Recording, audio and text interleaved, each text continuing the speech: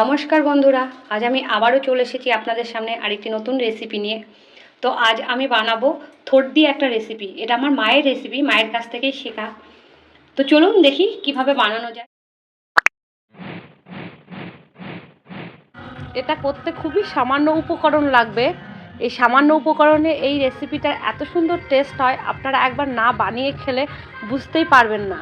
তো দেখুন, থোড়টা আমি কেটে নিয়ে এসেছি। থোড় আমি দেখালাম না, একবারে কেটে সরাসরি নিয়ে আসলাম, নাহলে ভিডিওটা লেন্দি হয়ে যেত।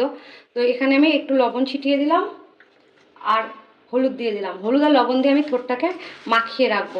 হলুদ দিলে কি হবে, থোড়টা কালো হবে না, নাহলে থোড় কেটে রাখলে কিন্তু থোড়ের কালারটা নষ্ট হয়ে যায়, কালো ভাব চলে আসে। আর হলুদ দিয়ে আমি মাখিয়ে রাখলে থোড়টা আর কালো হবে না। তো দেখুন আমার মাখানো হয়ে গেছে, এখনই কত জল বেরিয়ে গেছে। এটা রেখে দিলে আরও জল বেরোবে। তো এটা আমি কিছুক্ষণ সময় রেখে দেবো। আর এদিকে দেখুন, আমি এখানে মটরের ডাল ভিজিয়ে নিয়েছি। এটা দেশি মটর ডাল। এটা সারা রাত আমার ভেজানো ছিল, এটাকে ভালো করে ওয়াশ করে নিয়েছি। এটা আমায় বাটতে হবে। তো এদিকে থোড়টায় ততক্ষণ লবণ হলুদ মাখানো থাক, আমি এটা বেটে নিয়ে আসি। তো আমি এটা শিলনোড়াতে বাটছি।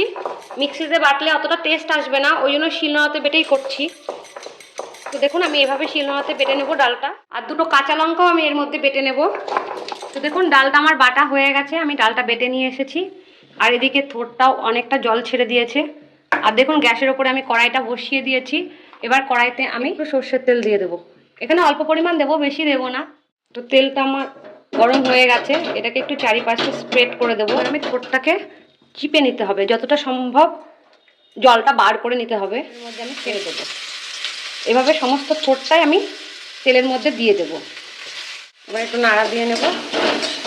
তো এটাকে সামান্য একটু ভাজতে হবে, খুব ভালো করে ভাজবো না। তো এবার আমি এটা ঢাকা দিয়ে দিলাম। আমি ঢাকনাটা খুলবো। কতটা কমে গেছে। এবার এই স্টেজেই আমি এই ডালটা দিয়ে দেবো। এভাবে বেটেছি, জানি না বুঝতে পারছেন কিনা। এটা কিন্তু খুব মিহি করিনি আমি। এই ডালটা আমি এর মধ্যে দিয়ে দেবো। আমি নেড়ে নেব। এবার আমি এর মধ্যে দিয়ে দেবো সামান্য নুন। হলুদ তো লাগবে না, হলুদ হয়েছে সেজন্য আমি হলুদটা দিলাম না, সামান্য নুন দিলাম। তো এটাকে আমি একটু নাড়িয়ে নেব। এটা আমার মেশানো হয়ে গেছে। এবার এটা আমি এর মধ্যে ঢেলে দেবো। এটা একটু ঠান্ডা হতে সময় দেবো। এটা আমি স্প্রেড করে দিয়েছি। তো এটা ঠান্ডা হতে সময় দেবো, নইলে আমি নেক্সট প্রসেসে আসতে পারছি না। তো এটা ঠান্ডা হোক, তারপরে আমি আবারও। ঠান্ডা হয়ে গেছে। এবার এটাকে আমি পিস পিস করে কেটে নেব। তো আপনারা আপনাদের সাইজ মতন করে নেবেন, যার যেরকম পছন্দ হয়। এটা গোল করেও করা যায়, যদি কোপ্তার মতন করে করতে চান তাহলেও হবে। এগুলো এরকম হয়েছে, আপনারা আপনাদের মতন করে কেটে নেবেন, যে যেরকম আর কি আকার দিতে চায়। আমি কড়াইও বসিয়ে দিয়েছি। কড়াইটা আমার গরম হয়ে গেছে। এই রান্নাটা পুরোটাই আমি সর্ষের তেলে করব। কড়াইতে আমি তেল দিয়ে দিলাম। তো দেখুন তেলটা আমি চারিপাশে স্প্রেড করে দিলাম। আমি এই বরফিগুলো একটা একটা করে ছেড়ে দেব। উল্টিয়ে দেব। তো দেখুন এগুলো আমার ভাজা হয়ে গেছে। এর থেকে বেশি ভাজবেন না, বেশি ভাজলে পুড়েও যাবে। তো এই অবস্থায় আমি সবগুলো তুলে নেব। এই রেসিপিটা আমার মায়ের রেসিপি, তো এটা খেতে কিন্তু সত্যি খুব ভালো লাগে। তো এভাবে আমি সবগুলো ভেজে নেব। তো দেখুন আমার ভাজাটা হয়ে গেছে। এই দুটোই লাস্ট। তো আমার এক থালা হয়েছে। এই দেখুন এগুলো গোল গোল করেছি, কোনার যেগুলো ছিল সেগুলো একটু গোল গোল করে নিয়েছি। আপনারা এরকমভাবেও করতে পারেন। তো আমি এই তেলেই একটা শুকনো লঙ্কা দিয়ে দিলাম। তো দেখুন এখানে আমি নিয়ে নিয়েছি তেজপাতা আর দারচিনি, এলাচ আর লবঙ্গ। তো এগুলো আমি তেলের ওপরে দিয়ে দেবো। এগুলোও দিয়ে দিলাম। দেবো জিরে ফোড়ন, একটু নাড়িয়ে নেব। দিয়ে দেবো আদা বাটা, দিয়ে ধনের গুঁড়ো। এখানে দেখুন আমি একটা টমেটোর অর্ধেক পেস্ট করে নিয়ে এসেছি, সেটাও দিয়ে দিলাম। লাল মির্চ, আপনারা যে যেরকম ঝাল খান সেই অনুযায়ী দেবেন। দিয়ে দেবো কাশ্মীরি মির্চ, এটা জাস্ট কালার হওয়ার জন্য। দিয়ে দেবো হলুদ গুঁড়ো, একটু নাড়িয়ে নেব। দিয়ে দেবো নুন, দেবো চিনি। এটাকে ভালো করে কষাতে হবে। দিয়ে দেবো ফ্যাটানো টক দই। এটাকে দিয়ে অনবরত নাড়তে থাকবে, নইলে কি হবে, দইটা ফেটে যাওয়ার ভয় থাকবে। দিয়ে দেবো কসুরি মেথি। তো দেখুন তেলগুলো কেমন ছেড়ে দিয়েছে। মশলাটা আমার পুরো কষানো হয়ে গেছে। এবার আমি এই দইয়ের বাটিতে করে একটু জল দিয়ে দিলাম। পরিমাণ মতন জল দিয়ে দিয়েছি।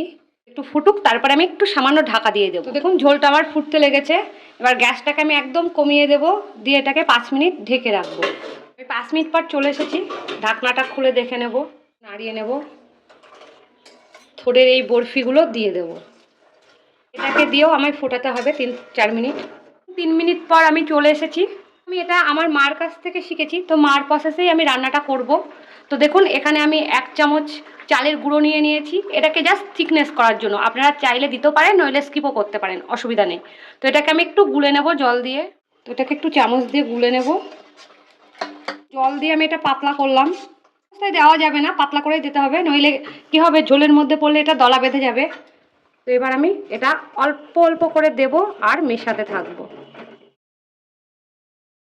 আরও আমি 2 মিনিট এটাকে ফুটিয়ে নেব, যতক্ষণ না চালের কাঁচা গন্ধটা যায়। তো দেখুন এটা আমার হয়ে গেছে, ঝোলটা কতটা থিকনেস হয়েছে। তো এবার আমি এর মধ্যে দিয়ে দেবো ঘি। 1 চামচ ঘি আমি এর মধ্যে দিয়ে দিলাম। দিয়ে দেবো গরম মশলার গুঁড়ো 1 চামচ মতন দিয়ে দেবেন। এটাকে ভালো করে নাড়িয়ে নেব। তো দেখুন আমার রান্নাটা হয়ে গেছে, আমি গ্যাসটা অফও করে দিয়েছি। এবার আমি এটা সার্ভ করব। এটা দেখতেও খুব সুন্দর লাগছে আর এটা খেতেও খুব ভালো লাগে। আমার মায়ের রেসিপি, তো আমার যেগুলো ভালো লাগে আমি আপনাদের কাছে সেগুলোই শেয়ার করি। কি সুন্দর লাগছে, কি চমৎকার লাগছে দেখতে। তো আপনারা এই রেসিপিটা অবশ্যই একবার বানাবেন। এটা ছোট থেকে বড় সকলেই পছন্দ করবে, যারা যারা থোড় খায় না তারাও খুব পছন্দ করবে। আর এটা আপনি ভাত দিয়ে, রুটি দিয়ে, লুচি, পরোটা যাই দিয়ে খাবেন তাতে কিন্তু খুব ভালো লাগবে। তো ভিডিওটা এতক্ষণ দেখার জন্য অনেক ধন্যবাদ। ভিডিওটাকে অনেক অনেক করে লাইক করুন, শেয়ার করুন আর এই চ্যানেলটিকে সাবস্ক্রাইব করে রাখুন, যাতে আগামী ভিডিওগুলো আপনারা খুব সহজে আর তাড়াতাড়ি পেয়ে যান। তো আমি অবশ্যই আপনাদেরকে আবারও নতুন করে রিকোয়েস্ট করছি, এই রেসিপিটা অবশ্যই একবার বানাবেন আর আমায় কমেন্টে জানাতে ভুলবেন না রেসিপিটার টেস্ট কেমন হয়েছে।